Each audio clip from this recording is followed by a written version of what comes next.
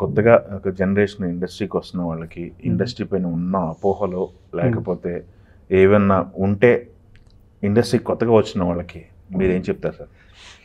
ఇప్పుడు మనం చెప్పిన వాళ్ళు ఏం తీసుకోరప్ప. వాళ్ళు 40 ఏళ్ళు మనకుంది కదా, 4 రోజులకి వాళ్ళకి అంత నాలెడ్జ్ వచ్చేసింది. మనం 40 ఏళ్ళలో సంపాదించుకున్న నాలెడ్జ్ వాళ్ళకి 4 రోజుల్లోనూ 4 నెలల్లోనూ వచ్చేస్తుంది. వాళ్ళు చెప్పింది మనం వింటామే. నేను చెప్పేది ఏంటంటే, ఒక్క సినిమా హిట్ అవ్వగానే 4 బౌన్సర్ని 2 క్యారిమాల్ని అవి పెట్టుకోద్దురయ్యా. మన ముందు తరం వాళ్ళు చిరంజీవి గారు లాంటి వాళ్ళు కొన్ని 100 హిట్లు ఇచ్చేశారు. వాళ్ళని చూసి నేర్చుకుందాం. కొంచెం ప్రొడ్యూసర్ని కంఫర్టబుల్ పొజిషన్లో పెడదాం. ఇవన్నీ చూస్తుంటే మీకు ఏమనిపిస్తుంది సార్? ఇప్పుడు అవసరమేమో అనిపిస్తుంది. అవి లేకపోతే కొన్ని జాలేస్తుంటుంది. అది ఎవడో తెలియదు మనకి, ఇంకా నాకే తెలియదు పేరు అతంది. కొద్దిగా అతి అనిపిస్తుంది. వాళ్ళు ఫీల్ అయితే ఇప్పుడు మనం పోసి మనం పీకిదే ఉంటుంది, కానీ ఫీల్ అయితే మాత్రం కొత్తగా వచ్చి ఒక సినిమా హిట్ అవగానే వెనకాల 4 బౌన్సర్లు వాళ్ళు అడ్డు వచ్చేస్తుంటారు. సీన్కిను దానికి నేను పాపం సీన్ కూడా చదువుకోనివ్వరు వాళ్ళు. అవన్నీ సిలిగా ఉంటాయి అన్నీ. అవును, మనం ముందు తరం చూడండి అసలు. ఇప్పటికీ వెంకటేష్ బాబు కానీ వీళ్ళందరూ ఎంత సింపుల్గా, చిరంజీవి గారు కానీ, బాలయ్య బాబు కానీ. అవును, మన సినిమా పోకడ ఇండస్ట్రీ నేషనల్ లెవెల్లో, ఇంటర్నేషనల్ లెవెల్లో తెలుగు ఇండస్ట్రీ వెళ్ళిందని చెప్పేసి మాట్లాడుతున్నారు. ప్రజెంట్ వస్తున్న సినిమాల పైన మీ అభిప్రాయం ఏంటి సార్? ఇండియాలో నెంబర్ 1 తెలుగు, నెక్స్ట్ సెకండే హిందీ. ఓన్లీ రాజమౌళి. పడ్డాయి మన సినిమాలు రాజమౌళి? పరిచయం, బాగా పరిచయం. అమృతం చేసినప్పుడే బాగా పరిచయం. అమృతం చేసినప్పుడు పరిచయం ఉంది కానీ చేయలేదు. సినిమాలు మనం చేయక్కడే అందరి దగ్గర వచ్చినవి చేద్దాం. అదే వస్తాం. ఆయన వల్లే వచ్చింది.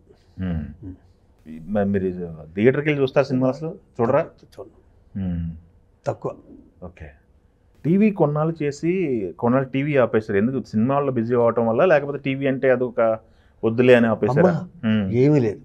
నాకు సినిమాకి ఎంత ఇంపార్టెంట్ ఇచ్చాను, నేను టీవీకి కూడా అంతే ఇచ్చాను. నేను ఫస్ట్ టీవీ చేసింది వచ్చి జటాయు మోక్షం అని ఇన్స్టిట్యూట్లో ఉండగా నన్ను సెలెక్ట్ చేసుకెళ్ళారు దూరదర్శన్కి.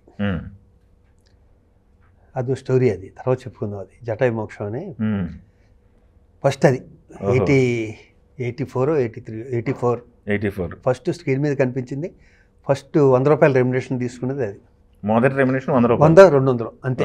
100, 200 ఫస్ట్ అది చెక్ ఇచ్చారు వాళ్ళు. చెక్ ఇచ్చారు. నేను బ్యాంక్లో వేసుకోవడం అకౌంట్ ఉండాలి. మరి ఏం చేశారు? చెక్ అలా ఉంచి తర్వాత దాని గురించి అకౌంట్ తీసుకున్నా. ఓకే.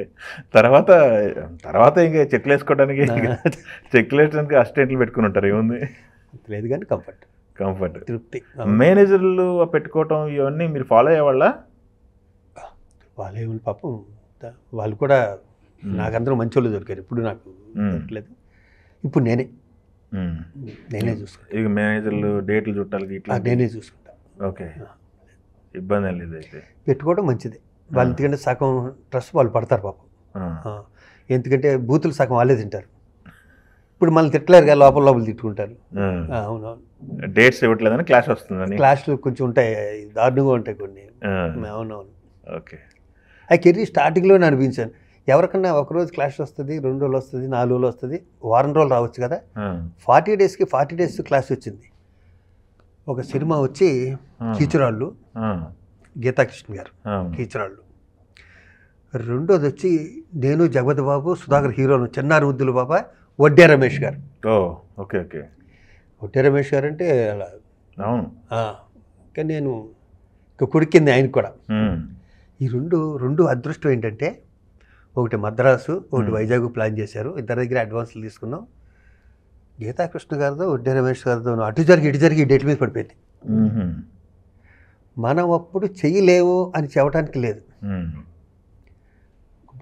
40 రోజులు పడ్డారు. ఎలా చెప్తే నమ్మరు.